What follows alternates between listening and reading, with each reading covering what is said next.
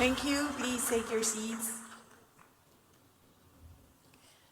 Bago po ako magsimula, ay gusto ko lang po parangalan at pasalamatan ang mga kasamahan ko sa tanggapan ng pangalawang Pangulo. My colleagues in the OVP, please stand around the room so that, yes, sino pa? I can thank you first before anyone else. Maraming salamat sa inyong dedikasyon at sa inyong pagmamahal sa ating bayan. Maraming salamat sa inyo. Mga kababayan, government agency partners, esteemed private sector allies, dedicated civil society workers, development stakeholders, good governance advocates, and all our friends nationwide. Madayaw, ugmayong adlaw kaninyong tanan. Magandang araw sa inyong lahat. Good day to everyone. Assalamualaikum warahmatullahi wabarakatuh. Unang-una, taos-puso po akong nagpapasalamat sa bawat isa sa inyo na naririto ngayon at sa lahat ng mga kasamahan, kasama, kaagapay at katuwang ng Office of the Vice President sa paglilingkod sa ating mga kababayan. Saksi ang tanan sa lisod nga kasinatian sa OVP sa milabay na mga bulan. Naging mas mapaghamon ang pagpapatakbo namin ng mga programa na ang pakay ay pagbibigay ng solusyon sa ilang mga pangunahing suliranin ng mga Pilipino. Ngunit ang mga batikos at sistematikong atake laban sa OVP ay hindi naging sapat para tayo ay humina, huminto at mabigo. The intention to weaken and frustrate us from serving the Filipinos failed. Patunay ang ating pagtitipon ngayon sa tagumpay ng ating pagsisikap para sa mga Pilipino at minamahal nating bansa. Ang tagumpay na ito ay bunga ng inyong patuloy na paniniwala sa mahalagang misyon ng Office of the Vice President. Sa misyong ito ay natutupad natin ang mga proyekto at programang nagbibigay ng ginhawa sa buhay ng mga pamilya, babago sa mga komunidad, huhubog ng mga pangarap, at magpapanday ng magandang kinabukasan. Nagawa natin ito ng may paninindigan bilang mga ahensya ng pamahalaan, pribadong kumpanya, samahang sibiko, mga lokal na pamahalaan, at mga individual na may tungkulin, may malasakit, at may pagmamahal sa bayan. Ang pasidungog natin sa taong ito ay nakatuon sa mga kwento ng pagbangon at pag-asa. Kinikilala natin ang pagtahak sa mga bagong layunin, pagsubang ng mga bagong mithiin para sa bayan, at ang matatag na pag-angat na dala ng panibagong pag-asa at mas pinatibay na lakas. Sa bawat programa, proyekto at mga aktibidad na buong pusong itinataguyod ng tanggapan ng pangalawang Pangulo mula sa pangkalusugan, kabuhayan, pagkain, hanggang sa edukasyon, pagtugon sa mga sakuna at para sa kapaligiran, ay binigyang liwanag natin ang landas ng pag-asa. Sa pamamagitan ng ating pagtutulungan, ating isinabuhay ang diwa ng pagsubang at pagbangon. Sabay tayong kumilos sa kabila ng mga limitasyon para sa ating hangarin na maiabot ang serbisyong nararapat lamang na matanggap ng bawat Pilipino. The OVP Medical Assistance Program provided a lifeline and helped ease the burden of overwhelming medical expenses for over 127,984 Filipinos.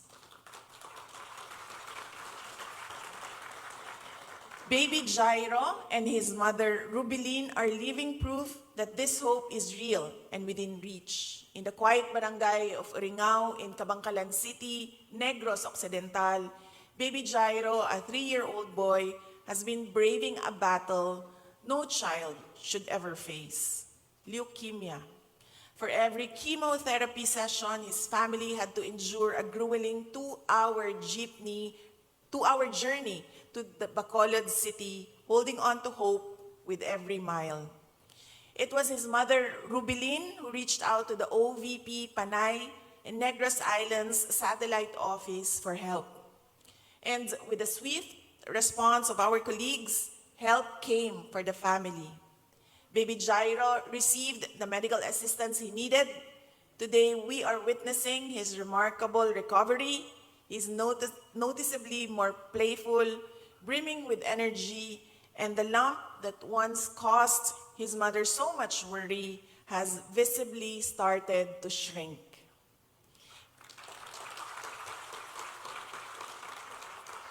Isa lamang si Baby Jairo sa libo-libong Pilipinong naabot ng ating programa sa pamamagitan ng ating mga satellite offices. Ang ating mga SOs, kung tawagin, ay nagbibigay daan upang mas mapalawak at mapaabot natin ang mga Pilipinong nangangailangan ng tulong.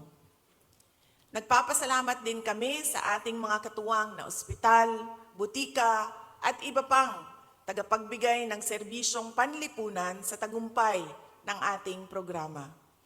In Cotabato City, we continue to uplift the Moro community through our OVP BARM Satellite Office. Our Janaza Kit program consists of various supplies necessary for Islamic funeral rites such as cotton, white cloth, and cleaning supplies such as soap, gloves, and more. We were able to provide 50 kits in 2024 and 21 more in the first quarter of 2025 to bereaved Muslim families. Sa panahon ng matinding dalamhati, ang ating Burial Assistance Program ay nagbigay ng agarang tulong pinansyal sa 25,495 na pamilyang Pilipino. Alam namin na importante para sa atin ang magbigyang galang at marangal tayong makapagpaalam sa ating mga mahal sa buhay. Meanwhile, the Magnegosyo Taday program has blossomed into a transformative initiative that made a meaningful impact on 463 individual beneficiaries and 9 organizations, reaching a combined total of 1,003 individuals with entrepreneurial dreams.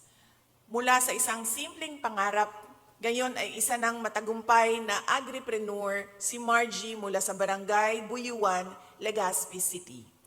Dahil sa ating MTD program na ibinahagi ng ating OVP Bicol Satellite Office, pinasok ni Margie ang pagtatanim ng lettuce.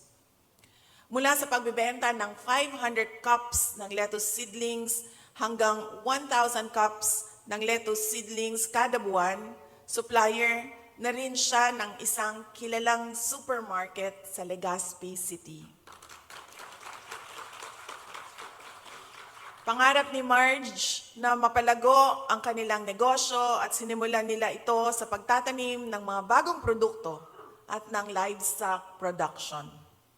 Para kay Margie, hindi lang puhunan ang naibigay ng MTD program, kundi pag-asa at panibagong simula para sa kanya at sa kanyang pamilya.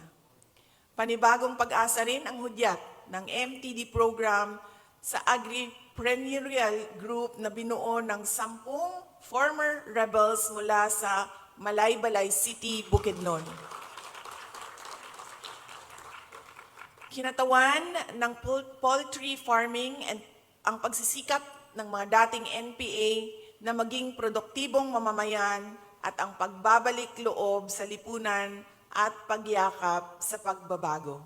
Sa tulong ng ating OVP Southern Mindanao Satellite Office, sinimulan nila ang negosyo At ngayon ay nakakakuha na sila ng 60 to 66 itlog kada araw at nakakapag-deliver ng 2 trays ng itlog sa 403rd Cooperative at kamakailan ay nagbenta pa ng 5 trays sa ating Magnegosyo Taday team. Mula sa dati nilang merkado sa Campo Osito, Bahian, nakaka-deliver na rin sila sa 403rd Infantry Brigade, patunay sa kanilang lumalawak na sakop at lumalagong negosyo. Ang Libreng Sakay Program our Libreng Sakay Program has also assisted over 1 million passengers in 2024. Layon ng inisyatibong ito na makatulong sa pampublikong transportasyon sa Metro Manila, Cavite, Bacolod, Cebu at Davao upang matugunan ang pangangailangang pang-ekonomiya ng mga pasaherong Pilipino, lalo na tuwing oras na dagsa ang mga tao sa kalsada. Bilang bahagi ng aming layunin na mapalawak ang serbisyo para sa mas maraming Pilipino, pinalalakas pa natin ang Libreng Sakay Program sa tulong ng ating bagong katuwang, ang Kudos Trucking.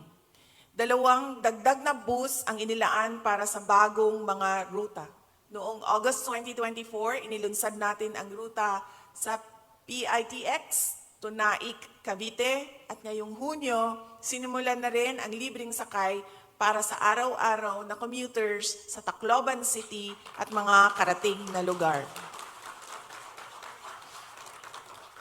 This year, through strong collaboration with our local government partners and swift coordination with emergency response teams, our disaster relief operations provided timely and life-saving support to 92,568 families affected by crises across the country.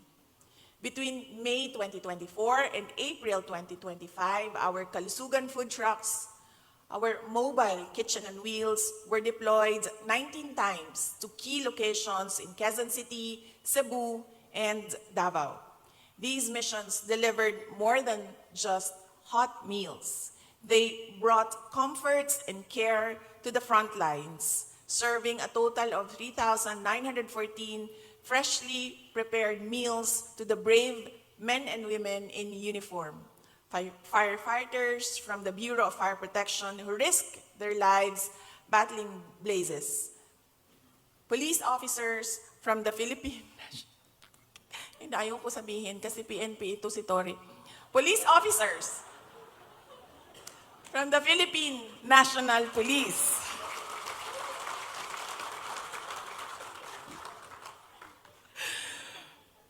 Who worked to maintain peace and order. Soldiers from the Armed Forces of the Philippines who face danger to protect the nation, and volunteers from various humanitarian groups who tirelessly extend relief and hope. Each meal was a small token of gratitude from the Office of the Vice President for their unwavering courage, sacrifice, and dedication to keep our communities safe even in the darkest of times.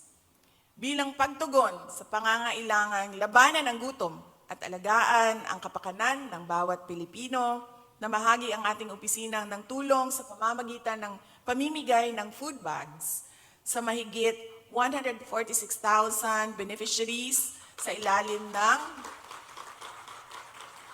Relief of Individuals and Indigents in Crisis and Emergencies Program. Ang bawat bag ay naglalaman ng bigas, delata at iba pang pangunahing pagkain na naihatid sa mga pamilya ng nakaranas ng baha, sunog at iba pang matinding pagsubok. Ito ay naging paraan natin para mabigyan sila ng agarang tulong at pag-asa sa panahon ng pangangailangan. This year, our Pansarap project also delivered nutritious buns to over 13,000 students in vulnerable communities, supporting their growth and learning. Bilang isang ina, naiintindihan kong ang kalusugan at edukasyon ng ating mga anak ang ating pangunahing prioridad. Kung kaya't layunin namin sa OVP na matulungan natin ang mga batang matamlay sa klase dahil sa malnutrisyon o kawalan ng sapat na sustansya. Hangad naming maging katuwang ng mga magulang at pagpapalaki ng malulusog, matatalino at masisiglang kabataan. From May 2024, we distributed 199,686 school bags to eager learners, each bag carrying more than just supplies, but hope and encouragement. We also grew 301,355 trees alongside communities, nurturing not only our environment but also cultivating in them a deeper sense of responsibility as stewards of nature. Sa pamamagitan ng pagbabago, A Million Learners and Trees campaign, ipinapaalala natin kung gaano kahalaga ang edukasyon, kalusugan at pangangalaga sa ating kapaligiran, sa ating pagharap sa hamon ng nagbabagong klima at mga susunod pang henerasyon. Ngayong taon, buong pagmamalaki naming ipinapakilala ang bagong disenyo ng mga pagbabago bags, mga disenyo na sumasalamin ng ating layunin na maghatid ng pag-asa sa bawat batang makatatanggap nito at sa advokasiyang mahalin at pangalagaan ang kalikasan. Ang ating bagong disenyo ay hango sa prequel ng libro na Isang Kaibigan na hanggang ngayon ay hindi pa po nasusulat. Nauna na lang po yung bag.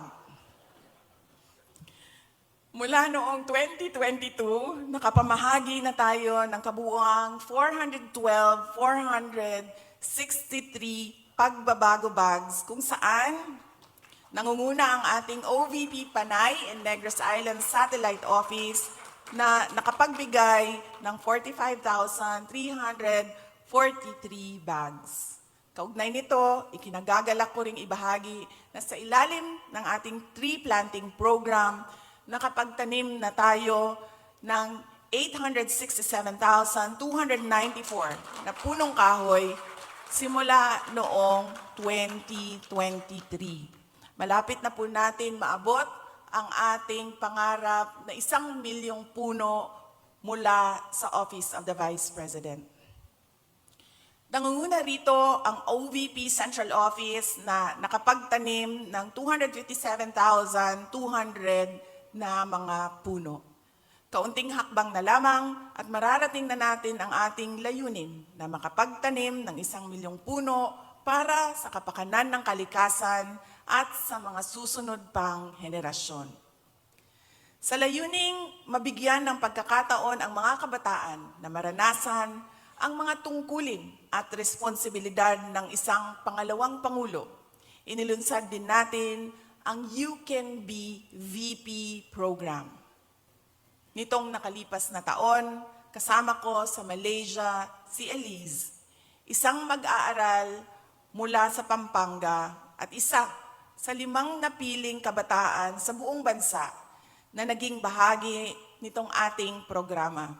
Magkasama kaming dumalo sa isang mahalagang aktibidad na inilunsad ng Southeast Asian Ministers of Education Organization Council o SIMEO. Ikinagagalak kong ibahagi na nakapagtapos na ng senior high school si Elise with honors mula sa Santa Cruz Integrated High School ng Lubao, Pampanga. Kwento niya na naging daan ang You Can Be VP program upang magkaroon siya ng kumpiyansa sa sarili at ipagpatuloy ang pangarap niyang kumuha ng kursong Public Administration. Kasama ko rin noong nakaraang Marso ay si Shara May, na ngayon ay isang upcoming grade 10 student mula sa Las Navas National High School sa Northern Samar, sa aking opisyal na pagbisita sa Cambodia. Una ko siyang nakilala noong binisita natin ang kanilang paaralan noong nakaraang taon. At ngayon, bilang ika-5 kalahok ng ating programa, naging bahagi siya ng mga mahalagang pagpupulong, pagbisita sa mga paaralan, at pakikipag-ugnayan sa mga leader ng Filipino community sa Cambodia. Sa kakalipas lamang na taon, pinarangalan si Charmaine ng with honors ng kanyang paaralan. Habang patuloy nating itinataguyod ang isang mas progresibo at mas matatag na bansa, nananatili ang tanggapan ng pangalawang Pangulo bilang isang maaasahang katuwang at kasangga ng bawat Pilipino. To our partners from key government institutions, thank you for working with us to implement programs, deliver services, and respond to the needs of underserved Filipinos. The successful rollout of our programs and projects would not have been possible without the over 1,000 strong partners that helped us further advance the well-being of our nation. Sa pamamagitan ng pinag-isang pagsisikap ng mga ahensya ng gobyerno, pribadong sektor, at mga organisasyong pangsibiko, ay makakamit natin ang ating mithiin na maibsan ang paghihirap ng kapwa nating Pilipino. Sa kabila ng mga limitasyong pinansyal, balakid, at pagsubok, patuloy nating pagtibayin at palawakin ang mga ugnayang ito tungo sa pagbuo ng bayan na may iisang adhikaing makatulong at makapagbigay suporta, lalong-lalo na sa mga kapos at nangangailangan. Sa loob ng 3 taon bilang Vice President, ako ay lubos na nagpapasalamat sa inyong patuloy na pakikipagtulungan para sa pagsasakatuparan ng ating mga mithiin para sa ating bayan. Kagaya ng araw na walang sawang sumusubang tuwing umaga, salamat sa inyong di natitinag na tiwala at pagsuporta para sa patuloy nating pagbangon upang maglingkod sa bayan. Unahin natin ang bansa kesa sa pansariling interes. Mangako tayo na ilalaan lamang natin ang ating puso at gawa para sa tunay na ikabubuti ng sambayanan. Ngayong taon, inaanyayahan ko kayong mas mahalin pa natin ang Pilipinas.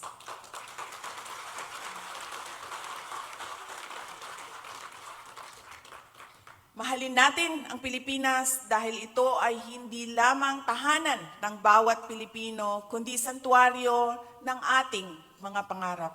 Mahalin natin ang Pilipinas dahil tayo ay iisa.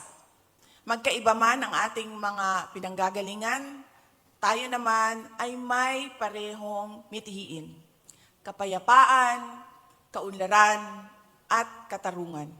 Mahalin natin ang Pilipinas dahil ang bawat isa sa atin ay may kapangyarihang magdala ng pagbabago sa pamamagitan ng tunay na malasakit, matibay na paninindigan, at matapang na pagkilos para sa Diyos, sa bayan, at sa bawat pamilyang Pilipino. Syukran.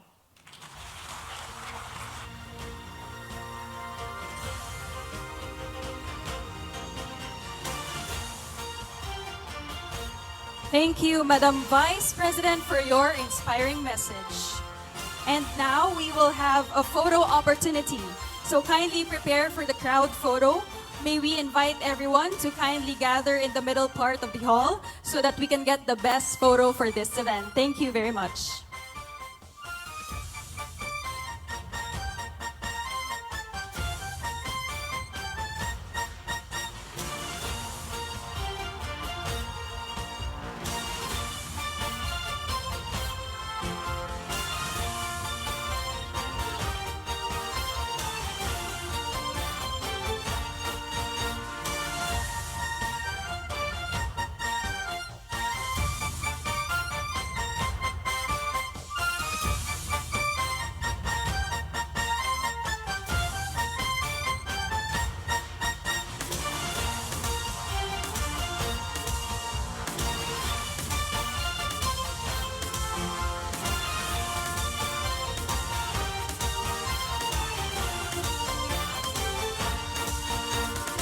Thank you so much, everyone. You may now be seated.